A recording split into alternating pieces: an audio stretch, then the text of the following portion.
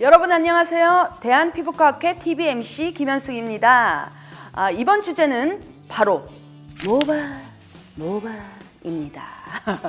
시작에 앞서 오늘 자세하게 설명해 주실 선생님 두 분 모셔보도록 하겠습니다. 안녕하세요. 안녕하세요. 네, 반갑습니다. 간단하게 자기소개 부탁드릴게요. 네, 저는 경희대 피부과에 근무하고 있는 유방인입니다. 저희 대한모발학회에서 귀염을 맡고 있습니다. 저는 아주대학교 병원에서 피부과에 근무하고 있는 최지웅이라고 합니다. 네, 반갑습니다.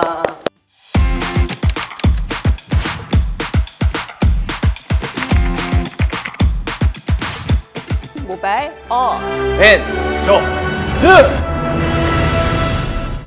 바야흐로 탈모 인구 1000만 시대입니다. 무려 1000만 시대입니다. 현대인에게 흔하게 일어나는데요. 요새는 젊은 층도 탈모로 많은 스트레스를 받는다고 합니다. 우리 유 선생님, 일단 탈모는 왜 생기는지 가장 궁금해하실 것 같거든요. 왜 생깁니까? 무슨 탈모를 말씀하시는 거죠? 무슨 탈모도 탈모? 종류가 많거든요. 저희는 이런 네네. 질문을 받을 때 제일 네네. 당혹스럽습니다. 탈모는 종류가 굉장히 많은데요. 네네. 오늘은 주로 안드로겐성 탈모. 안드로겐성 탈모. 네, 우리가 흔히 얘기하는 남성형 탈모, 여성형 탈모, 대머리. 같은 말인데요.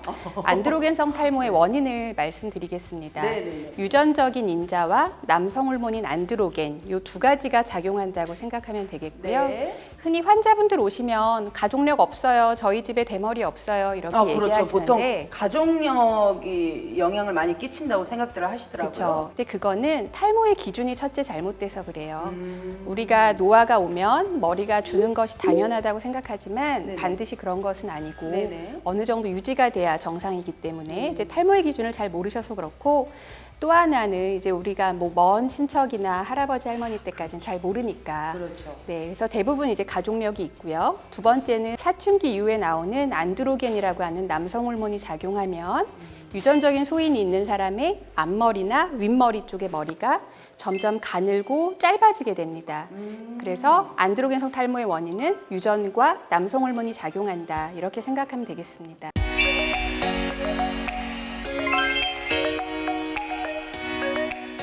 탈모의 기준이 좀 다르다고 하셨는데 좀 더 자세하게 기준에 대해서 설명을 해주실 수 있을까요? 처음에 환자분들 오시면 얘기하시는 것들이 그렇죠. 남자분들은 머리 스타일링이 잘 안 된다. 예전처럼 그렇죠. 머리가 잘 서지 않는다. 이렇게들 호소하시고 여자분들은 고개 숙이면 위에 속이 들여다 보여요. 이런 식으로 얘기합니다. 그래서 안드로겐성 탈모는 사람마다 개인 차이는 있지만 후두부, 뒤통수 머리는 좋은데 앞머리나 위에 머리가 적고 가늘어지고 이런 것들이 안드로겐성 탈모의 어떤 증상, 진단 기준 이렇게 얘기할 수 있겠습니다. 그러면은 탈모에도 혹시 우리 최 선생님 좀 종류가 좀 다양하죠? 예, 맞습니다. 크게 이제 탈모는 머리가 다시 날 수 있는 비반응성 탈모가 있고, 그다음에 이제 한번 생기게 되면은 머리 재생이 어려운 그런 반응성 탈모가 있는데, 그게 조금 절망스럽네요. 맞습니다. 이제 반응이라는 거는 우리가 흉터랑 동일한 얘기거든요. 네. 근데 이제 머리카락을 만들어내는 모낭이라는 부분이 이제 흉터가 돼서 다시는 머리가 안 나게 되는 이제 그런 탈모를 우리가 반응성 탈모라고 하는데, 반응성 탈모는 드뭅니다. 예, 그래서 오늘은 주로 말씀드릴 내용은 아니고 비반응성 탈모 중에서 이제 흔한 세 가지가 있는데, 첫째로 이제 안드로겐성 탈모, 방금 이제 유방인 교수님께서 말씀하신 이제 그런 안드로겐성 탈모가 있고, 이제 원형 탈모는 모든 연령대에서 다 생길 수가 있는데, 주로는 이제 소아, 그 다음에 좀 젊은 성인 위주로 생긴다고 알려져 있고, 이 원형 탈모는 이제 면역 반응이랑 좀 관련이 있습니다. 네, 그래서 이제 그건 나중에 또 제가 설명을 좀 드리려고 그러고, 그다음에 그 외에 흔한 것이 휴지기 탈모라 그래서 휴지기 탈모. 네, 극심한 스트레스라든지 그거 많이 들어봤어요. 맞습니다. 네. 그리고 과도한 다이어트, 전신 마취하에 수술을 했다든지. 네네. 제일 흔한 거는 출산 후에 여성분들. 맞습니다. 네, 맞습니다. 출산 후에 생기는 그런 일시적인 탈모증이 이제 우리가 흔히 얘기하는 휴지기 탈모증의 한 종류로 이렇게 얘기를 하고 있습니다.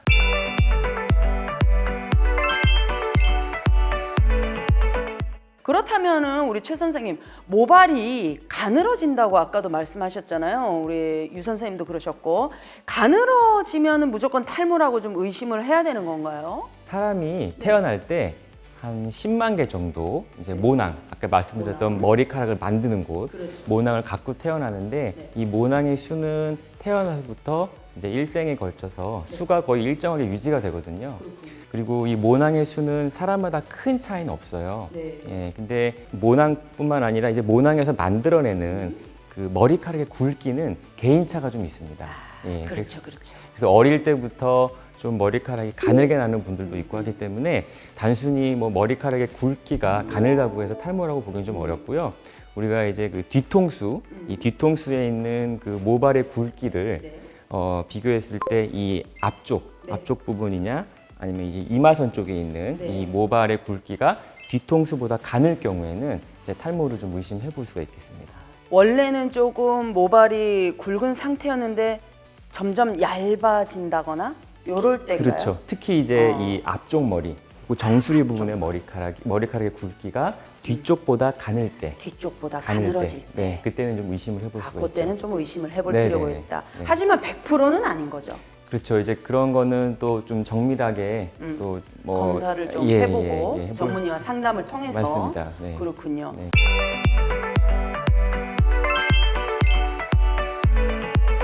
그러면은 이게 정말 궁금할 것 같아요. 매번 제가 의심이 된다고 해서 이제 병원을 매번 가기는 조금 부담스러운 면이 있잖아요. 그렇다면은 집에서도 내가 탈모인지 아닌지 자가 진단을 하는 방법이 좀 있을 것 같거든요. 크게 두 가지로 얘기할 수 있을 것 같은데요. 첫째는 탈모양, 두 번째는 이제 부위에 따른 모발 굵기 이렇게 생각해 볼 수 있겠습니다. 탈모의 양과 모발의 굵기. 네. 네네. 우리가 머리가 빠지면 큰일 난다고 생각하시는데 그런 건 아니고 우리 이 모발은 만들어지고 자라고 멈추고 빠지고 이런 주기를 계속 돌고 있어요. 그래서 우리가 잘 못 느껴서 그렇지 하루에 100개 정도는 정상적으로 머리가 빠지고 있습니다.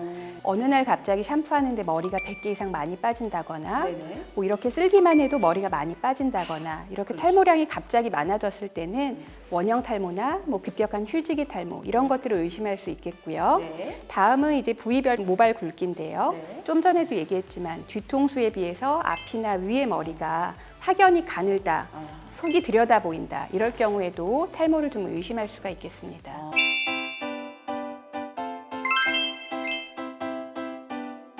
그러면 아까도 계속 말씀을 하셨는데 탈모가 처음에 시작이 될 때 이렇게 중간 머리부터 좀 빠지는 현상이 잦다고 하셨는데 뒷머리나 옆머리 같은 경우는 많이 빠지지는 않는 것 같더라고요. 저희가 이렇게 보면 왜 그런 건가요, 선생님? 먼저 우리가 앞에랑 위에가 가장 많이 빠지는 건 맞는데 네네. 진행하면 옆머리도 빠지기는 합니다. 그래서 그래요? 뒤통수만 안 빠지는데요. 그 이유는 두 가지로 얘기할 수가 있습니다. 네. 아까 안드로겐 탈모는 남성 호르몬이 작용한다고 했는데 네. 남성 호르몬이 작용하는 어떤 그 차이가 앞부분과 뒷부분이 다르고요. 첫째. 그렇군요. 둘째는 우리가 똑같은 머리지만 앞머리와 뒷머리가 우리 엄마 뱃속에서 만들어질 때 기원이 달라요. 그래서 어떤 애초에 만들어진 기원이 달라서 안드로겐에 대한 감수성이 다릅니다. 그래서 즉 발생학적으로도 다르고 앞머리 쪽은 우리가 머리를 빠지게 하는 안드로겐이 작용하는 네.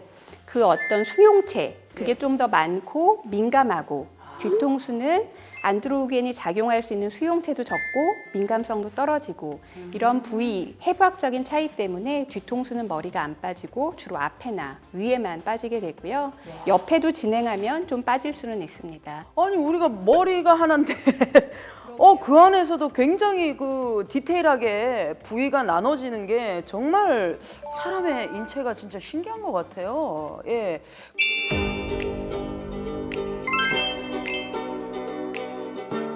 그러면은 저는 그런 걸 많이 봤거든요. 이렇게 두피에 여드름이 좀 많이 나시는 분들. 그런 분들도 좀 관련이 있을까요? 두피에 나는 여드름은 네네. 이제 모낭염이라고 얘기를 할 수 있는데 모낭염. 네. 네. 모낭염하고 탈모는 사실 직접적인 연관성은 없고요. 탈모가 앞서 말씀드렸듯이 뭐 안드로겐성 탈모도 있고 네네. 또 이제 원형 탈모도 있는데 네. 그거를 치료하기 위해서 바르는 약을 이제 두피에 쓰게 됩니다. 네네. 근데 이제 이 바르는 약이 뭐 모공을 막거나 네. 아니면은 모공에 어떤 염증을 일으키게 되면 네. 오히려 모낭염을 좀 유발할 수도 있거든요.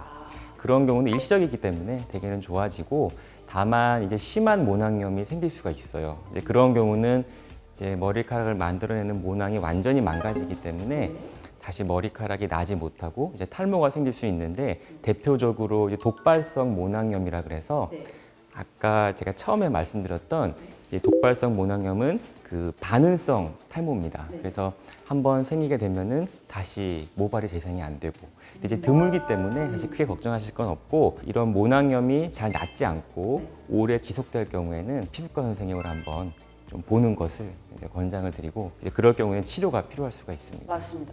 아, 내가 뭔가 탈모가 의심이 된다. 이런 것들이 있으면은 하루빨리 전문의 분들과 상의를 하는 게 가장 현명한 일일 것 같아요. 그죠? 네, 탈모는 점점 진행하기 때문에 네네. 빨리 진단하고 빨리 치료하는 것이 가장 좋을 것 같습니다. 네, 가장 지혜로운 방법일 것 네. 같습니다. 자, 여러분 벌써 12월인데요. 추운 날씨에 감기 조심하시고요. 올 한 해 마무리 잘 하시길 바라겠습니다. 잊지 않으셨죠? 저희 대한피부과학회 채널 구독과 좋아요 꾹꾹꾹꾹꾹꾹 눌러주시고요. 저희는 또 다음 주에 뵙도록 하겠습니다. 감사합니다. 감사합니다.